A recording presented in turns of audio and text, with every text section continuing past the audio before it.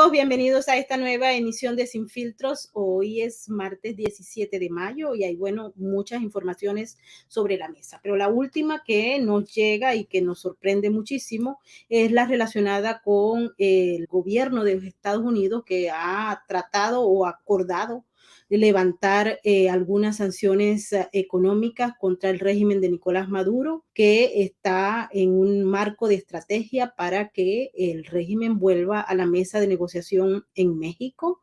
Entre los cambios que se han solicitado por parte del régimen está que se saque de la lista de personas sancionadas por la OFAC a nada menos y nada más que a Carlos Eric Malpica Flores. Trabajó en PDVSA, tesorero, y sobre él se tejen una serie de denuncias que van desde irregularidades en la entrega de fondos hasta sus relaciones directas con muchos de los que están en estos momentos en procesos judiciales aquí en los Estados Unidos. Nadie sabe exactamente cómo va a concluir esto, pero la agencia AP también ha dicho que dentro de los cambios que está haciendo la administración Biden estará que se le permitirá a la empresa petrolera Chevron renovar su licencia y trabajar abiertamente para sacar petróleo con el régimen de Nicolás Maduro. Así que esto nos tiene así. Yo sé que a ustedes les ha caído también como un balde de agua fría. También tenemos entre los temas que se han venido tocando aquí en los tribunales de los Estados Unidos, está el caso del exalcalde de Guanta, Jonathan Marín, que pues como ustedes lo vieron en Venezuela Política, se entregó a las autoridades el 25 de abril y en este momento pues ya se ha dado a conocer que este hombre tenía directa relación, y esto lo sabíamos nosotros, pero no era oficial, con uno de los contratistas también de PDVSA y del régimen, que pues ha formado parte de las grandes historias de corrupción en Venezuela, y se trata de Carlos Enrique Urbano Fermín, los dueños de Cuferca. También tuvimos hoy información sobre otro aspecto que nos ha llamado mucho la atención. Este es mucho más insólito, y es que un cardiólogo venezolano fue acusado por el gobierno de los Estados Unidos de piratear y diseñar un software de secuestro de datos patrocinado por Irán para atacar empresas israelíes. Ese caso está aquí en la Corte del Distrito Este de la ciudad de Nueva York. Y estamos empezando con este caso que se dio a conocer en el día de ayer. Todos los detalles no se lo pierdan porque es un caso interesantísimo, están en Venezuela Política, al igual que la decisión de la ex enfermera de Hugo Chávez de pedir una fianza ante la Corte de Distrito de West Palm Beach en Florida por $1 millón. Dentro de los elementos que ellos ponen para pedir la fianza está el hecho de que la señora vive en la indigencia económica, pero tiene $1 millón para pagar la fianza. También dicen que se va a someter a todos los condicionamientos de la Corte. Hoy había una audiencia que fue cambiada para el 31 de mayo, donde se discutirá esto, y obviamente los fiscales han dicho que no, que esta mujer tiene un alto riesgo de fuga, pero así de sencillo. Es una ley y ellos nada menos y nada más que han puesto como ejemplo para conseguir la fianza los casos de los dos corruptos contratistas de Citgo y de PDVSA, Roberto Rincón y Abraham Chiera, que están arrestados desde diciembre del 2015 y han disfrutado de libertad bajo fianza en sus casas y también en libertad para todos lados, porque los hombres se mueven por todos lados, siguieron haciendo operaciones en los Estados Unidos y todavía no los han sentenciado. Pero hoy vamos a hablar también en este programa del día de hoy de las acciones que está acometiendo el gobierno de Joe Biden, y esas ya fueron dictadas sobre Cuba. Las restricciones fueron levantadas de las muchas que había puesto la administración anterior. Y para ello hemos invitado a uno de nuestros analistas que es miembro de Sin Filtros, y él nos va a explicar por qué él es director investigador de la Fundación de Derechos Humanos de Cuba y también es miembro del Centro para una Sociedad Libre y Segura. Nos estamos refiriendo al doctor Hugo Achá. Bienvenido, Hugo. Muchas gracias por estar con nosotros nuevamente en Sin Filtros. ¿Cómo estás, querida Mike? Siempre un placer. Y como siempre también estamos a tus órdenes. Sí, vamos a analizar, Hugo, porque mucha gente cuando escuchó ayer a los funcionarios de la Casa Blanca señalar que empezaban a levantarse las restricciones de viaje. Antes se podía viajar solamente, para todos aquellos que no estén al tanto de la situación, desde Miami a La Habana, pero no a las otras ciudades de Cuba.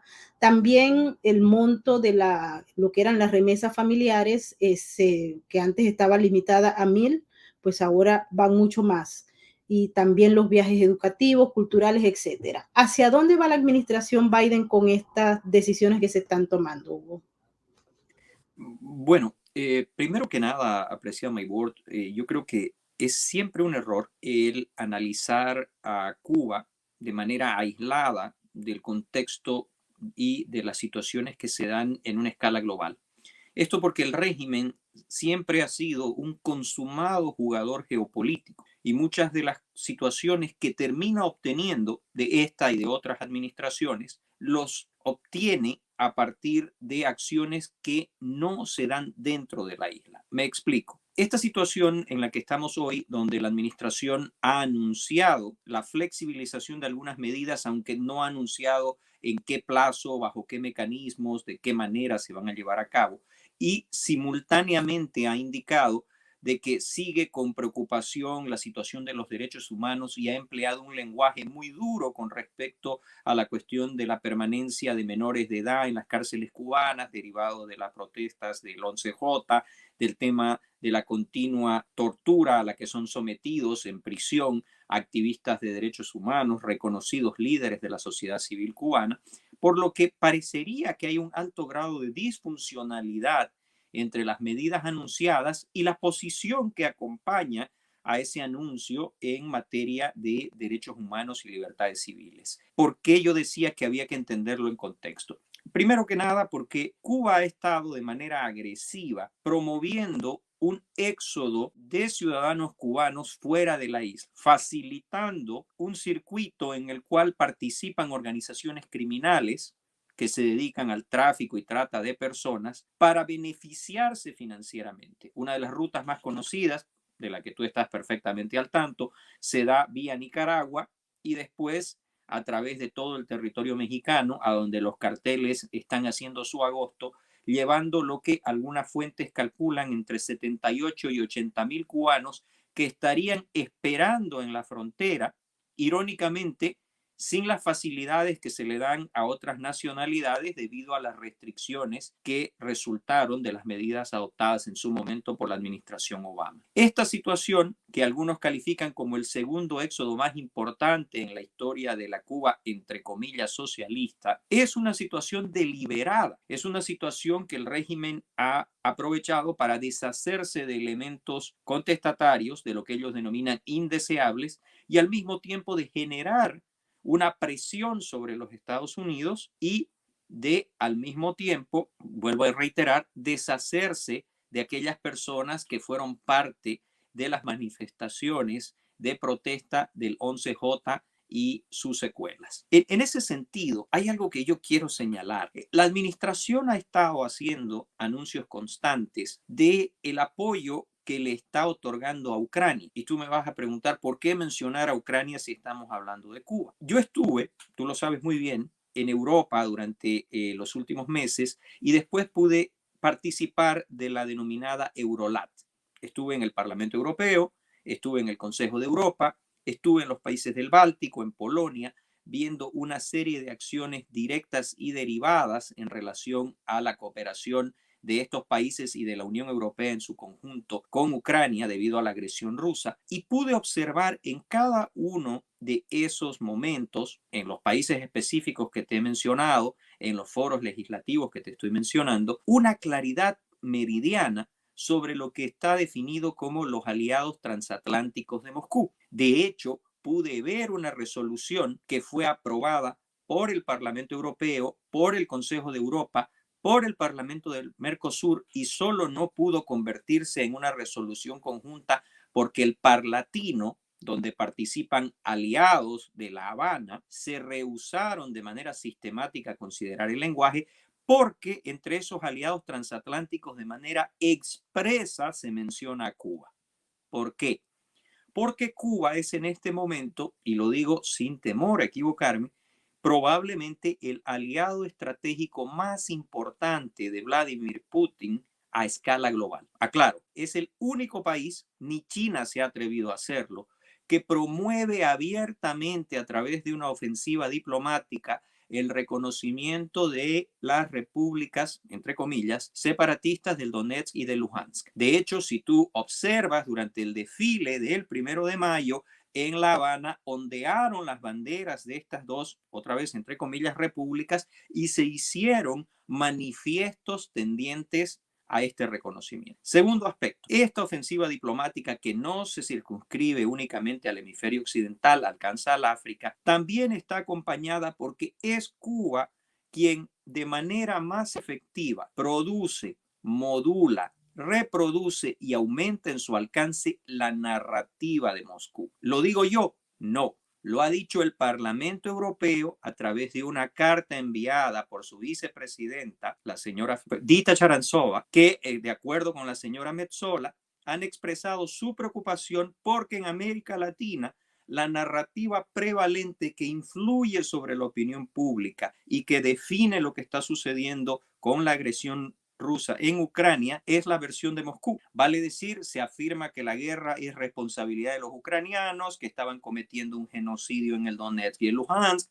Se afirma que en Ucrania habían laboratorios de armas químicas y biológicas. Se afirma que Ucrania quería adquirir armamento nuclear, ignorando que Ucrania lo tuvo y renunció a él y recibió garantías de parte de, entre otros, la Federación Rusa en los acuerdos de Budapest, y una suma de factores que obscurecen este aspecto y que generan más apoyo para esa versión que a los hechos y a la verdad. ¿Y quién está detrás de esto? Nuevamente, Cuba, sus agentes de influencia y sus agencias de información. Por ello, es extraño, vuelvo a reiterar, esta dicotomía, casi diría esta bipolaridad en el contenido de lo publicado, primero por el Tesoro, porque, my word, no fue primero la administración, fue el Tesoro que en teoría, de acuerdo al señor Kabulich, si la memoria no me engaña, anunció de que una empresa había finalmente obtenido el permiso, la licencia en términos de la OFAC, para realizar una inversión directa a un operador del sector privado, no se aclara qué tipo de operador sería este, y que esto abriría la puerta a una serie de iniciativas en Cuba. Inmediatamente después, la administración señaló que para facilitar la reunificación familiar estaría flexibilizando los vuelos directos, los vuelos charter, estaría ampliando el tema de las remesas, hace una pequeña mención a algo que algunos colegas con los cuales tú has tenido oportunidad de hablar han señalado, que es promover plataformas no controladas por el régimen para el tema de las remesas. Yo tengo serias dudas sobre la buena fe del régimen en ese aspecto y finalmente establece una ampliación de límites. Pero, y aquí voy a cerrar el círculo, cuando esas manifestaciones se acompañan con la preocupación por los derechos humanos, se acompañan con la declaración en relación a los menores presos, se acompañan con una manifestación de solidaridad y de preocupación para con los activistas torturados en las cárceles del régimen, y tú le sumas el elemento de que uno de los principales facilitadores y cómplices a la agresión rusa en Ucrania es el régimen en La Habana, no se puede entender el momento. Y aquí no quiero que sean mis palabras, tú debes haber visto la expresión pública y la declaración del senador Bob Menéndez, demócrata, líder del Comité de Relaciones Exteriores del Senado, reputado por muchos como el segundo hombre más poderoso en la nación en este momento, que dice, y cito, esta es la peor medida en el peor momento, beneficiando a las peores personas posibles. Entonces, creo que hay una serie de situaciones que la administración va a tener que aclarar en función de todos estos elementos que te acabo de mencionar. Ahora, cuando uno ve, por ejemplo, ese anuncio, es una información que ha sacado AP y que refiere que el presidente Joe Biden estaría prácticamente cediendo con las peticiones que hace un régimen como el de Nicolás Maduro, que tiene acusaciones aquí por delitos de narcotráfico y terrorismo, vale la pena destacarlo, y que está acusado de delitos de lesa humanidad en la Corte Penal Internacional. Hay una investigación sobre ese caso. Cuando uno ve esto de Cuba, lo de Venezuela con el posible levantamiento de sanciones y observa también la posición que han tenido los líderes del Grupo de Puebla o el Foro de Sao Paulo de no asistir a la Cumbre de las Américas porque ellos no están de acuerdo con que se saque a Cuba, a Venezuela y a Nicaragua. Lo único que nos falta ver en estos días es que levanten las sanciones a Daniel Ortega, que no nos extrañaría para nada, pero es interesante ver, no sé si te fijaste, estas declaraciones que han dado, se ha nombrado una comisión para que vaya a hablar con Andrés Manuel López Obrador, el presidente de México, que dijo que él no venía y que no venía y que iba a mandar ahí a un representante. Al salir AMLO a dar estas declaraciones, Hugo, se pegaron los de Argentina, el de Bolivia, etcétera. Y esto se ha visto como una estrategia bien coordinada por parte de la izquierda latinoamericana, el Foro de Sao Paulo, y una debilidad de Biden. Podríamos interpretar entonces que esos serían beneficios que le está dando la administración Biden al régimen de Maduro y al régimen de Cuba para que no les saboteen esa cumbre de las Américas que es a principios del mes de junio. Adelante, Hugo. Es necesario para entender adecuadamente la posición del señor Andrés Manuel López Obrador el hacer un análisis completo. El señor López Obrador, tú recordarás, apreciada Maybord, que como parte de nuestra investigación, nosotros fuimos la organización que descubrió la participación de las autoridades federales mexicanas en la facilitación de los esquemas de tráfico y trata que realiza el gobierno cubano a través de las denominadas misiones médicas, algo definido por los Estados Unidos en su TIP Report, el Trafficking in Persons Report, que es política oficial del gobierno de los Estados Unidos. Estas negativas, estas excusas que el gobierno mexicano usaba diciendo que eran iniciativas locales, que eran convenios de ciudad a ciudad, que eran gobiernos de los estados, finalmente que fue el Distrito Federal, hoy se han arrojado por la ventana. El señor López Obrador en La Habana anunció abierta y desembosadamente que tiene la intención de contratar más de 500 médicos cubanos debido a las deficiencias del sistema de salud público de México.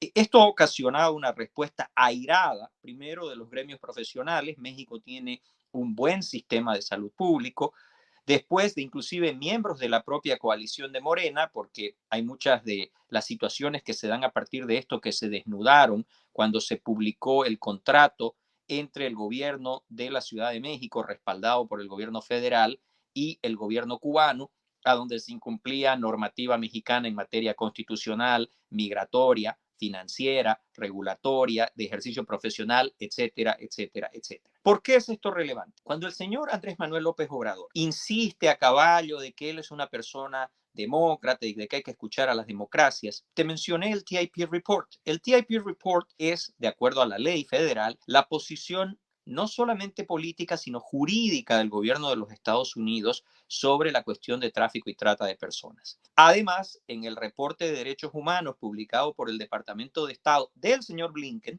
el mismo Departamento de Estado que ahora en teoría querría aplicar estas medidas de apertura hacia Cuba, señala de que Cuba, que está en el nivel 3, el más bajo, el peor de todos con respecto al respeto a los derechos humanos, participa a través de esta situación en una serie de conductas definidas como violaciones de derechos humanos. Me refiero a por qué es relevante para López Obrador. López Obrador es parte, al ser presidente de México, esencial en la aplicación, vigencia y en el cumplimiento de los términos del tratado de libre comercio más importante probablemente hoy a nivel global, que es el USMCA o Tratado de Libre Comercio entre Canadá, México y los Estados Unidos. Y este tratado tiene en sus artículos del 22 al 25 un régimen muy estricto en lo que respecta a trabajo esclavo y trata y tráfico de personas. Ese lenguaje que fue incluido a exigencia de México tiene a la letra todo el texto de la International Labour Organization, la Organización Mundial del Trabajo, a donde se dice de que si cualquiera de los estados firmantes tolera, promueve o no erradica esta conducta, puede ser suspendido de los beneficios del tratado mediante un régimen de solución de controversias un poco complejo que está definido en el capítulo 31 del tratado, pero que significaría en términos prácticos que el señor Andrés Manuel López Obrador, que mientras simultáneamente pide que se invite a Cuba a la Cumbre de las Américas, ayuda al régimen que está definido por los Estados Unidos como, y quiero que esto quede muy claro porque es el lenguaje que el propio secretario Blinken usó cuando presentó el TIP, es uno de los pocos estados que de manera activa y oficial promueve la trata y tráfico de personas, pone en riesgo 380 billones de dólares en comercio bilateral de México con los Estados Unidos. Lo que quiere decir que pone en riesgo para enviarle unos cuantos millones de dólares a sus camaradas en La Habana la forma de vida y el ingreso de cientos de miles de familias mexicanas. Entonces, otra vez es un poco extraño este mundo en el que nos estamos desenvolviendo cuando regreso un poco a la primera parte de tu programa, cuando yo te decía, es extraño flexibilizar las medidas cuando el régimen en Cuba es uno de los principales aliados del agresor en la guerra de Ucrania. Es mucho más raro siquiera considerar flexibilizar posiciones que, por cierto, el señor Brian Nichols fue muy firme cuando dijo que Cuba y Nicaragua, además de Venezuela, no estarían incluidos debido a que el presidente tenía muy claro, y estoy citando las declaraciones del señor Nichols, la posición en relación a las violaciones de derechos humanos y a que estos países no son democracias, para que a través de la presión de López Obrador y obviamente de sus aliados, Arce en Bolivia, Fernández en Argentina, tratar de cambiar esta situación. Pero es aún más llamativo cuando el gobierno de México, al hacer este tipo de situaciones y estas declaraciones, pone en riesgo algo que no depende de criterio político, depende de criterio jurídico. Y en ese sentido hay una violación al tratado, hay un régimen de solución de controversias y hay la posibilidad, si los Estados Unidos o Canadá decidiera que México, a partir del anuncio público del señor López Obrador, está poniendo en riesgo el comercio que te mencionaba y la fuente de ingresos de cientos de miles de familias mexicanas. Esto es realmente preocupante, Hugo, porque vemos que pareciera que hay presión por parte de todos estos líderes de izquierda de América Latina para que haya un cambio en la administración Biden, pero también observamos que la administración Biden, no solamente ellos, sino el grupo de izquierda del Partido Demócrata, está influyendo de manera decisiva. Ya vimos la carta que enviaron los 18 congresistas para pedirle a Biden que levantara las sanciones y ahora estamos frente a esto. Maduro está ganando, Maduro está relajado y están relajados, pareciera que todos los criminales que lo acompañan. Pero creo que tenemos que tocar este tema a mayor profundidad. No sabemos, porque no hay fecha, al igual que tú bien lo has planteado, ni la de Cuba ni la de Venezuela tienen fecha, pero pareciera que es como una especie de carnada que se le está dando para que no saboteen la cumbre, porque hay muchos otros jefes de Estado que han dicho que no vienen y eso significaría un fracaso para la administración Biden. A nuestro juicio, si entre menos vengan y se mantenga todo este saboteo, pues la administración Biden va a fracasar en esa cumbre, que dicho sea de paso también se está realizando es en California.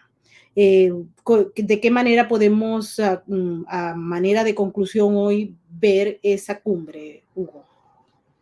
Bueno, yo creo que la Cumbre de las Américas no se puede divorciar de todo el contexto. Mientras hablamos de esto, yo te mencionaba entre 78 y 80 mil cubanos que están siendo transportados por las organizaciones criminales en complicidad con el régimen hacia la frontera sur de los Estados Unidos.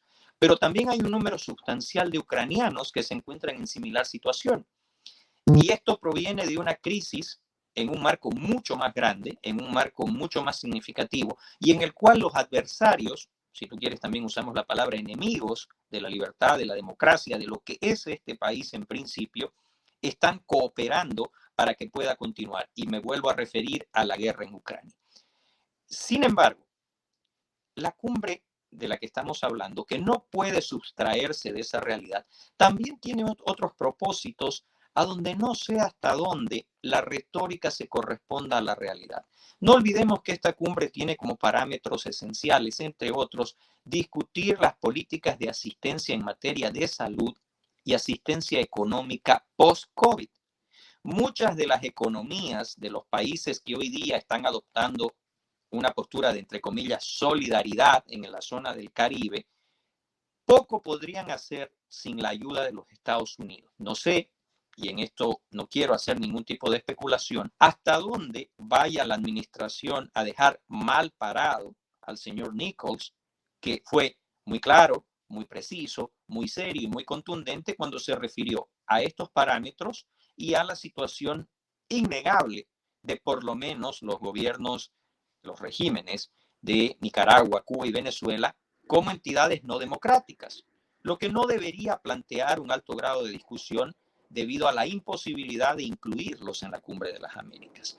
En lo demás, hará los Estados Unidos valer el peso de su cooperación en materia internacional, de sus relaciones a nivel comercial, o como te mencionaba, mencionará en su interrelación bilateral o a nivel del Ejecutivo o al nivel del Congreso la violación flagrante a los términos del Tratado de Libre Comercio que México está cometiendo. Porque vuelvo a repetir, creo que si hubiera un gesto en ese sentido, y reitero, no tendría que ser político, pudiera venir de la oficina encargada del oversight, o sea, de la vigilancia sobre la aplicación correcta del tratado, que es una entidad puramente técnica, para que, estoy seguro, el tono de López Obrador baje de manera inmediata. Porque no se pudiera sostener en el gobierno del señor López Obrador si se descubre que, disculpa lo reiterativo, por mandarle a sus compadres en La Habana unos cuantos millones de dólares, pone en riesgo más de 300 billones con B, de comercio bilateral que representan mucho para el bienestar de millones de mexicanos. Bueno, vamos a ver qué es lo que ocurre con eso. Estamos analizando el tema a lo largo de la semana. Les recordamos que la Cumbre de las Américas se realizará en la primera semana del mes de junio. Prácticamente empieza el 6. Y bueno, allí en California ya veremos quiénes llegan, quiénes no. Sí sé que están organizándose muchos grupos para protestar. Eso suele ocurrir, tampoco es que es extraordinario. Pero seguiremos informando sobre este tema y otros más. Quiero darle las gracias siempre a Hugo por formar parte de este equipo de analistas de Sin Filtros.